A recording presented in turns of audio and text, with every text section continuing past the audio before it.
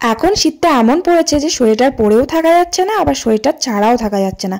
তবে হালকা পাতলা চাদর পরলে হয়, কিন্তু চাদর পরে আমি একদম কাজ করতে পারি না, তাও আবার রান্নাঘরে। তাই কিছুই পরিনি, কিন্তু বেশ ভালোই ঠান্ডা ঠান্ডা লাগছে সকালবেলা। সকালের বাসি কাজ কমপ্লিট করে আমি তাড়াতাড়ি ভাতটা আজকে বসিয়ে দিলাম, দুটো উনুনই জ্বালবো, কারণ তাড়াতাড়ি রান্নাটা হয়ে যাবে। আর পালং শাকটা, শীষ পালং, ওটা কিন্তু বাজার থেকে নিয়ে এসেছি। আমাদের জমিতে কিন্তু বেশ ভালোই পালং শাক হয়েছে, তবে এখনো শীষ বার হয়নি। শীষ যখন বার হবে তখন কিন্তু আরো টেস্টি হবে খেতে। আর আমাদের জমির পালং শাকে না আছে ওষুধ, না আছে সার, ওর জন্য আরো খেতে খুব ভালো হয়। শীতকালের সবজি মানে তো পালং শাক, বাঁধাকপি আর ফুলকপি। ফুলকপিও এনেছে আজকে একটা। ফুলকপিটা একটু ভাপিয়ে জলটা ফেলে দিলাম, দিয়ে ভাবছি মাছ দিয়ে আলু দিয়ে একটু ঝোল করব ফুলকপি দিয়ে। মাছের সাথে ফুলকপি কিন্তু খুবই ভালো লাগে খেতে। আর পালং শাকটা চচ্চড়ি করলাম, আর কটা বেসনের বড়াও ভেজেছি পেঁয়াজ লঙ্কা দিয়ে।